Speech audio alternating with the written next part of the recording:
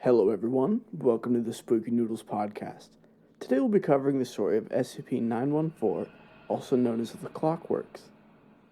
This story was written by user DrGears on the Foundation's Wiki. You may remember DrGears from SCP-106, The Old Man. If you're interested in more of DrGears' creations, don't worry, we'll be returning quite soon.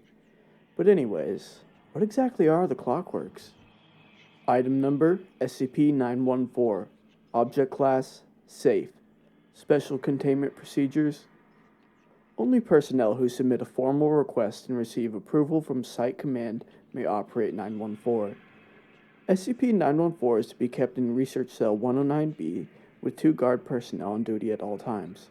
Any researchers entering 109B are to be accompanied by at least 1 guard for the entirety of testing. A full list of tests to be carried out must be given to all guard personnel on duty. Any deviation from this list will result in termination of testing, forcible removal of personnel from 109-B, and formal discipline at Site Command's discretion. Warning: at this time, no testing of biological matter is allowed. Refer to Document 109B-117. Applying the rough setting to explosive materials is not advised. Description: SCP-914 is a large clockwork device weighing several tons and covering an area of 18 square meters consisting of screw drives, belts, pulleys, gears, springs, and other clockwork. It is incredibly complex, consisting of over 8 million moving parts, comprised mostly of tin and copper, with some wooden and cloth items observed. Observation and probing have showed no electronic assemblies or any form of power other than the main spring under the selection panel. 2 large booths, 3 meters by 2, 1 meter by 2, are connected via copper tubes to the main body of SCP-914, labeled Intake and Output.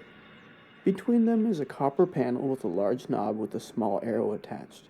The words rough, coarse, 1-to-1, fine, and very fine are positioned at points around the knob. Below the knob is a large key that winds the main spring. When an object is placed in the intake booth, a door slides shut and a small bell sounds. If the knob is turned to any position and the key wound up, 914 will refine the object in the booth. No energy is lost in the process, and the object appears to be in stasis until the output booth door is opened. Intense observation and testing have not shown how 914 accomplishes this, and no test object has ever been observed inside 914 during the refining process. The process takes between 5 and 10 minutes, depending on the size of the object being refined. Addendum 514 Dr. Test Log. Input: 1 kilogram of steel, setting rough. Output: pile of steel chunks of various sizes, appearing to be cut by laser. Input: 1 kilogram of steel, setting 1-to-1. Output: 1 kilogram of steel screws. Input: 1 kilogram of steel, setting fine. Output: 1 kilogram of steel carpet tacks. Input: 1 kilogram of steel, setting very fine. Output: several gases that dissipated into the air quickly, and 1 gram of an unknown metal, resistant to heat of 50,000 degrees, impossible to bend or break with any force, and near perfect conductor of electricity.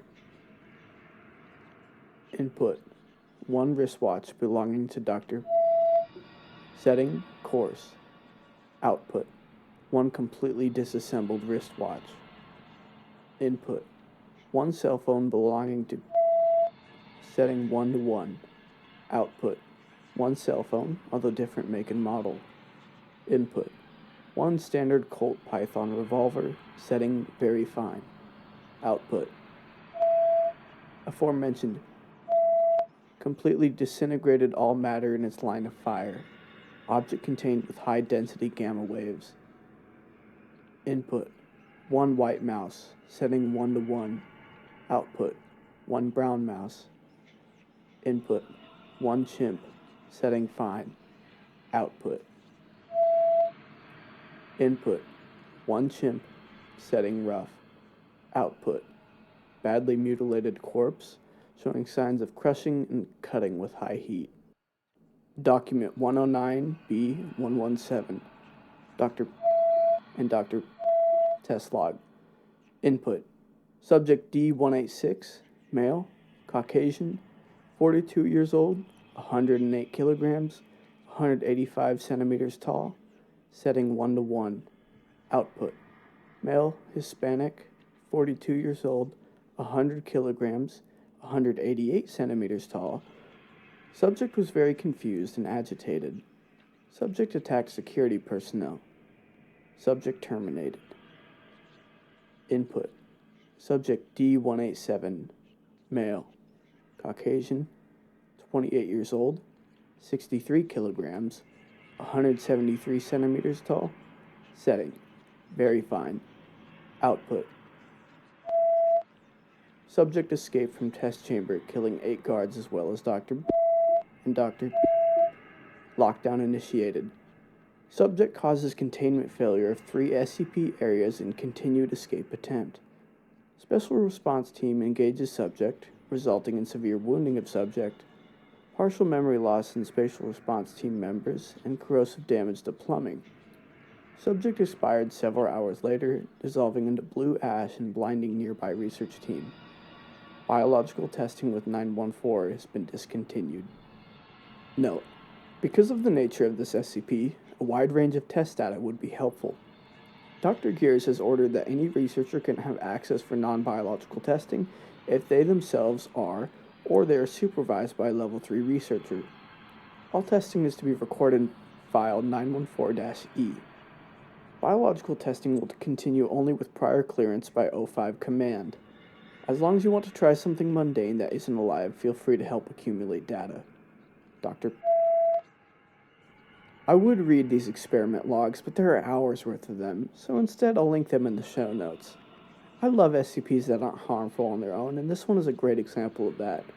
Our constant hunger for knowledge is the only thing that makes this one dangerous. If you enjoyed this analysis, please consider sticking around for more. Next Sunday we will be covering a bit of a silly cryptid. Our sources are linked in the show notes. If you've got any suggestions or tips for our future episodes, please contact us at our email spookynoodlespod@gmail.com or at our Twitter @SpookyNoodles. Your feedback is greatly appreciated.